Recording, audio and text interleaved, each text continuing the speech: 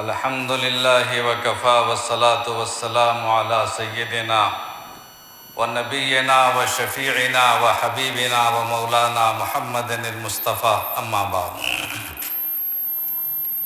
أعوذ بالله من الشيطان الرجيم بسم الله الرحمن الرحيم لقد خلقنا الإنسان في أحسن تقويم ثم رددناه أسفل سافلين إلا الذين آمنوا وعملوا الصالحات صدق اللہ العظیم۔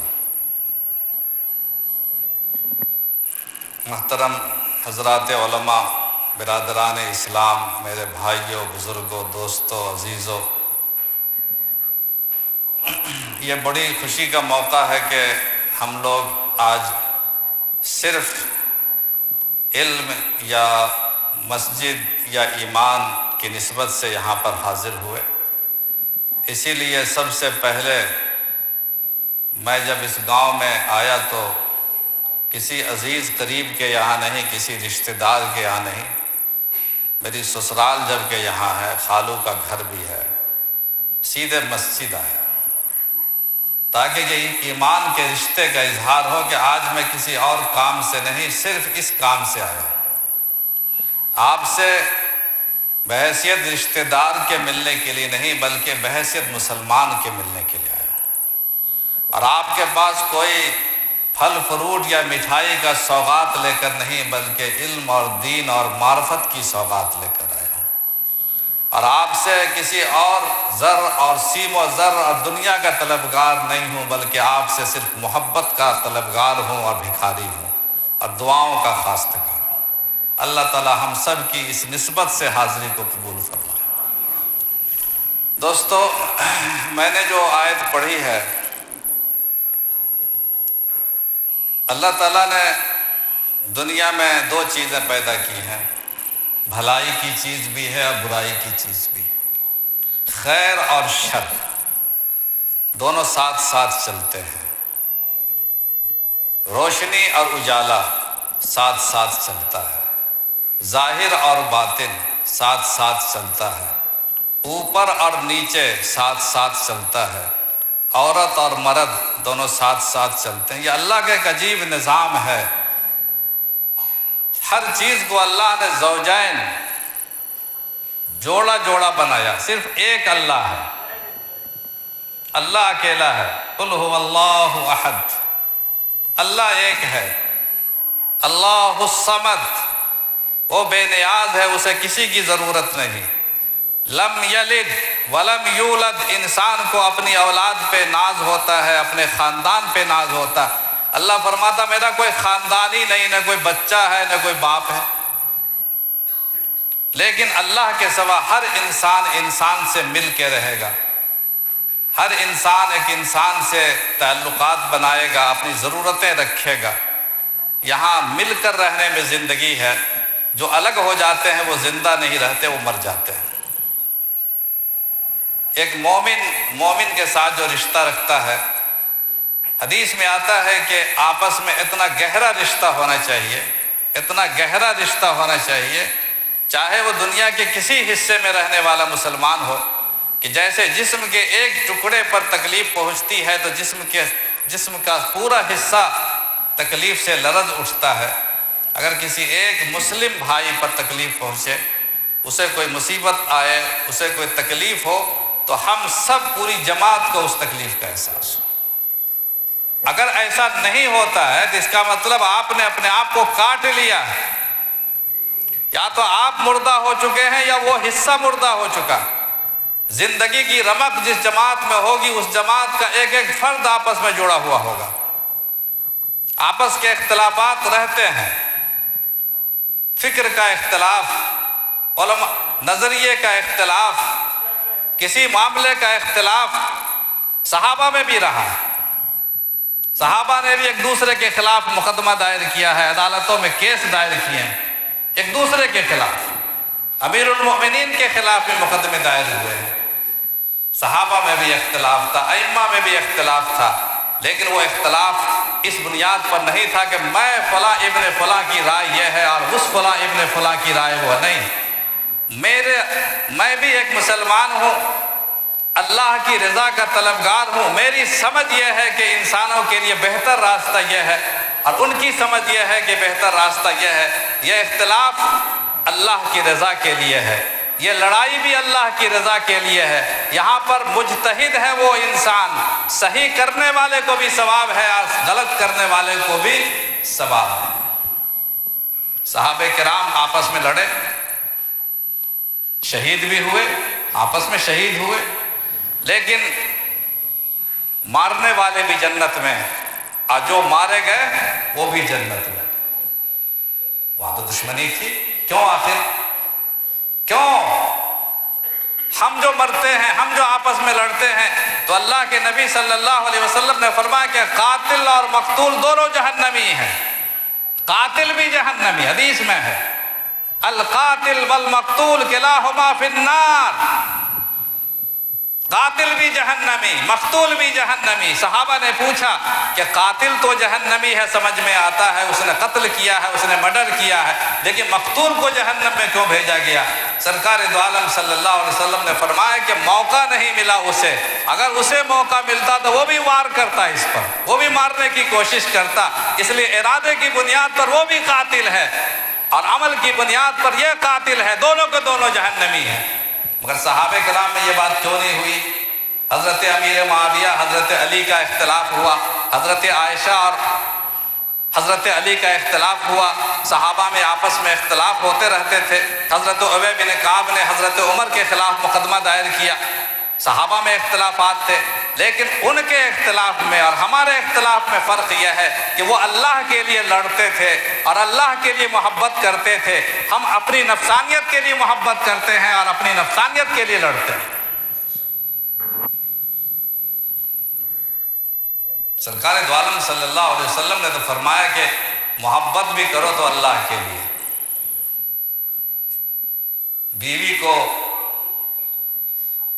محبت کے ساتھ کھانا کھلانا، منہ میں لقمہ ڈالنا، ظاہر بات یہ بالکل خالص دنیاوی عمل ہے، شہوت سے اس کا تعلق ہے، لذت سے تعلق ہے، اس میں انسان کو لطف ملتا ہے، لیکن سرکار دو عالم صلی اللہ علیہ وسلم نے ارشاد فرمایا کہ اگر کوئی مومن بحیثیت مومن کے اس بنیاد پر بیوی کے منہ میں لقمہ ڈالے کہ اس سے ہم دونوں کے درمیان محبت پیدا ہوگی اور آپس کی محبت اللہ کو پسند ہے، تو اس بنیاد پر لقمے ڈالنے سے بھی ثواب ملے گا۔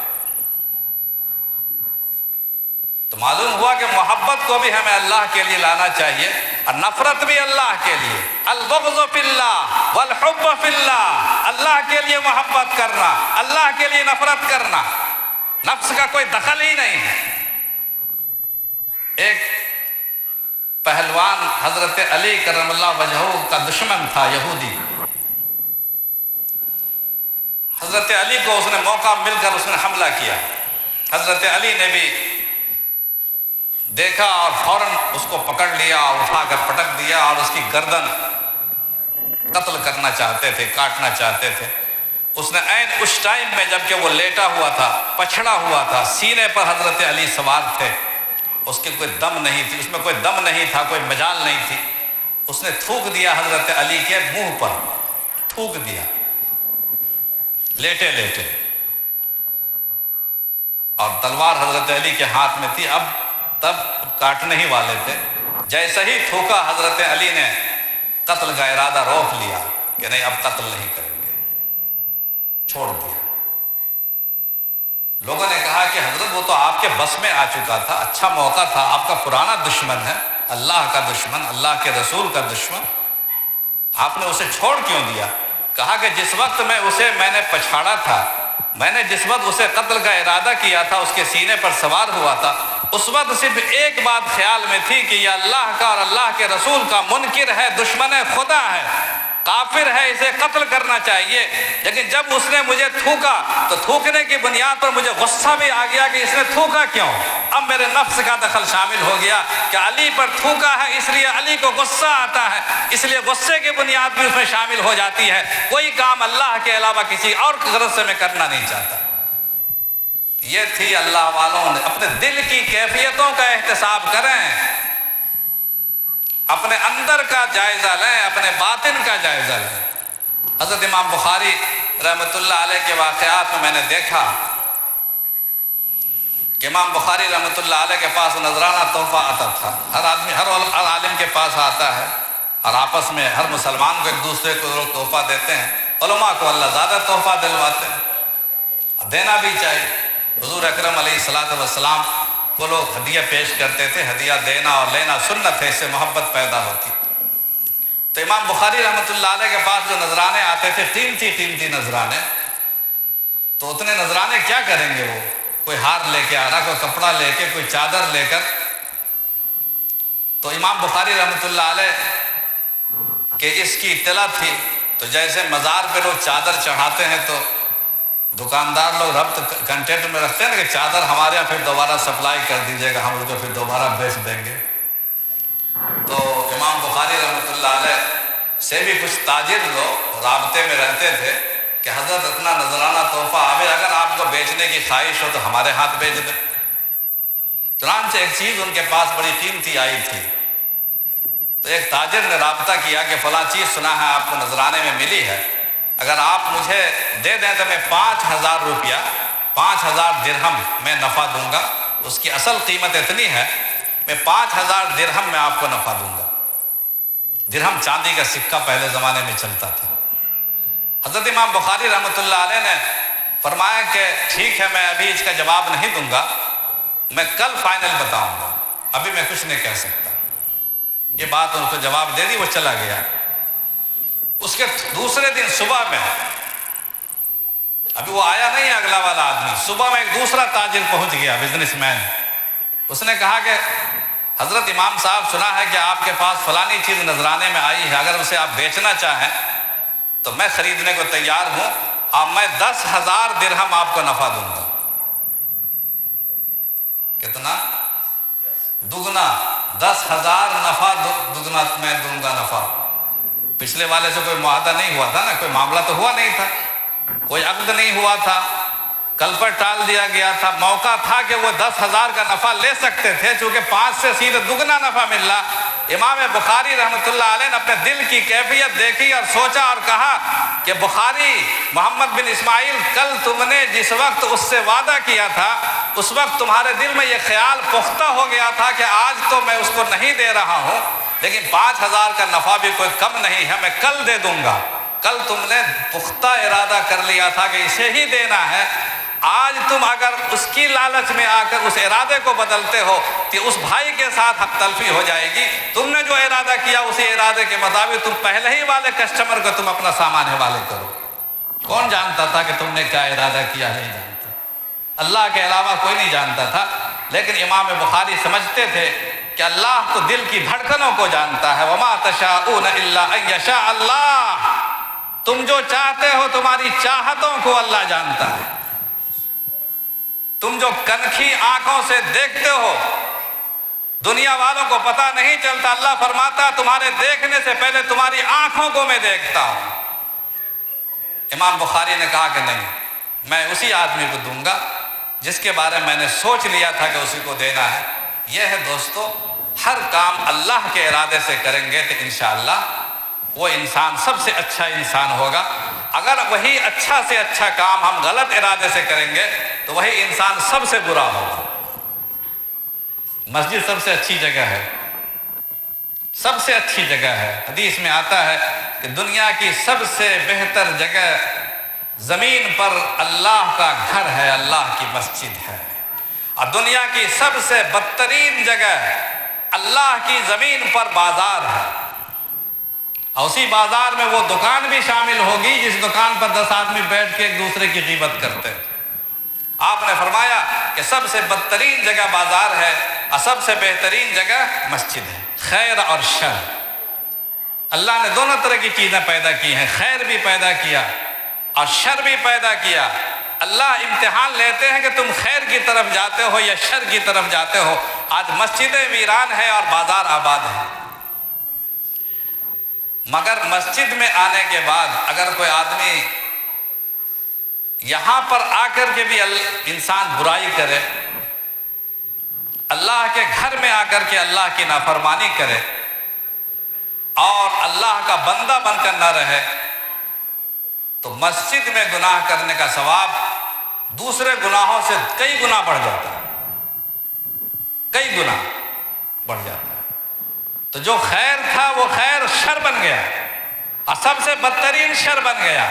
علماء کے بارے میں بھی آتا ہے کہ علماء کا مقام بہت بلند ہے، علماء زمین کا چراغ ہیں۔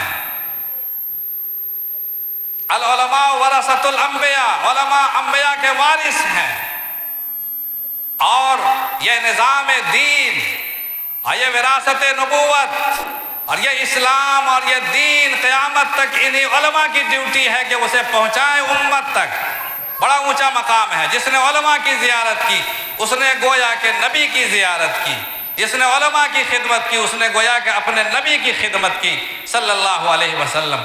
لیکن پھر وہیں پر ڈرایا گیا جتنا بڑا مقام ہے اتنی ذمہ داری اگر آپ نے ادا نہیں کی، بدمعاشی کی، تو خیر الناس خیر العلماء و شر الناس شر العلماء، سب سے بہتر طبقہ علماء کا ہے اور سب سے بدتر طبقہ بھی علماء کا ہے۔ اللہ تعالیٰ ہم سب کی حفاظت فرمائے۔ ایک دور تھا ہندوستان میں ابو الفضل اور فیضی دو بڑے عالم گزرے ہیں، ملا مبارک کے دونوں لڑکے تھے، آپ نے نام نہیں سنا ہوگا۔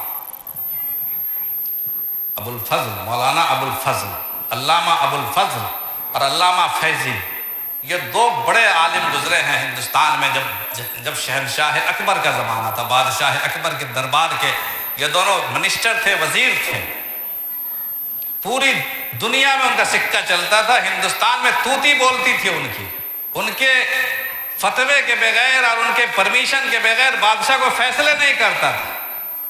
مگر وہ اتنا بدترین انسان بن گیا بعد میں اپنے نفس کی شرارتوں اور خباثتوں کی بنیاد پر کہ اس نے اکبر بادشاہ کو گمراہ کر دیا، اور اکبر نے ایک نیا دین، اسلام سے الگ ایک نیا دین اور ایک نیا مذہب پیدا کر دیا اس نے۔ انہی دونوں اکبر جاہل آدمی تھا، ان پڑھ تھا، پڑھا لکھا نہیں تھا۔